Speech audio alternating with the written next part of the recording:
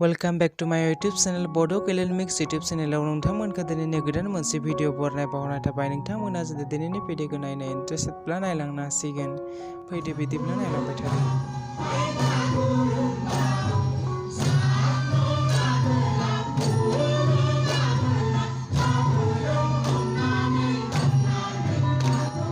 दिनैनि भिडिअआव आं नोंथांमोननो दिन्थिनो नाजादों गवालपारा डिस्ट्रिक्टनि दुधनैआव जानाय बड' ट्रेडिशनेल मोसानाय बारदै सिख्ला बागुरुम्बा आरो रोनसोन्द्रि मोसानायनि वर्कशपनि माखासे नुथायफोरखौ सुबुं हारिमु संरैखा आरो जौगाथाय आफादनि बानजायनायाव बर' सुबुं मोसानाय आरो देंखोमु फोरोंथाय मावबादा लानाय जादोंमोन। बेवहाय मोनथाम रोखोमनि मोसानायखौ बिथांमोना मावबादायाव लानाय जादोंमोन बागुरुम्बा बारदै सिख्ला आरो रोनसोन्द्रि। बिथांमोना मार्च दाननि 6, 7, 8, 9, 10 आरो 11 मार्च 2022 खालारखालिसिम बिथांमोना बे वर्कशपखौ थुंगि होनाय जायो। थावनिया जादोंमोन गाहाय मावख' जिडिसि आबसु दुधनैआव। बेनिनो आं माखासे नुथायफोरखौ नोंथांमोननो दिन्थिनो नाजादों आरो बेखौनो नोंथांमोना जुदि नायनो इन्टारेस्टेडब्ला नायलांबाय थादो।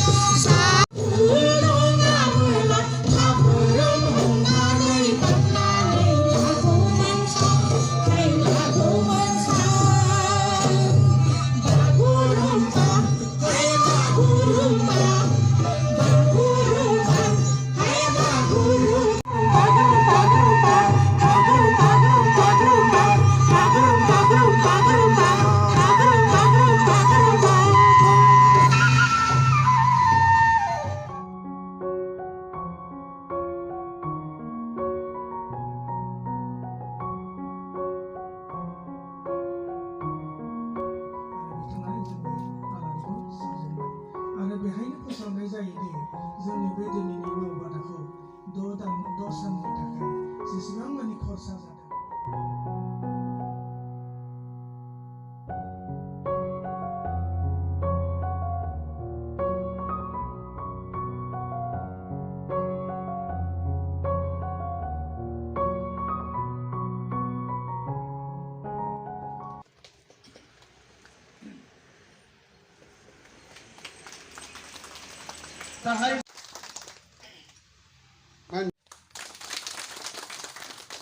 मानगोनां मुस्रि गपाल खाख्लारि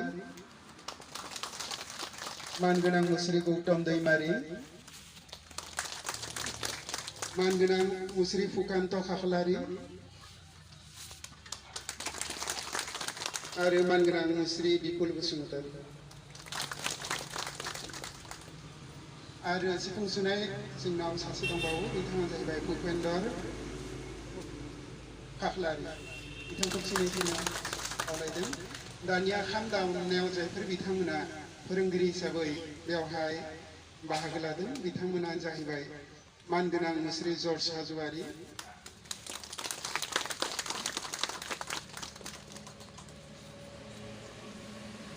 मानगोनां मुस्रि पुलक बर'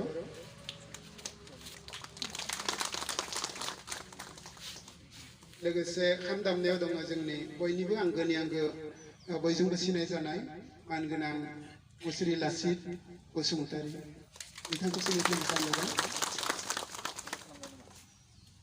लोगोसे जोंनाव दङ आरो खाम दामनायाव मानगोनां मुस्रि अबेने बसुमतारि बिथाङा फैथ'वाखै खाख्लारि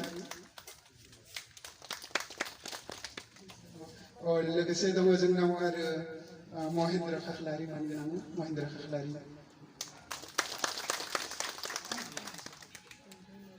जोमै ब्रह्म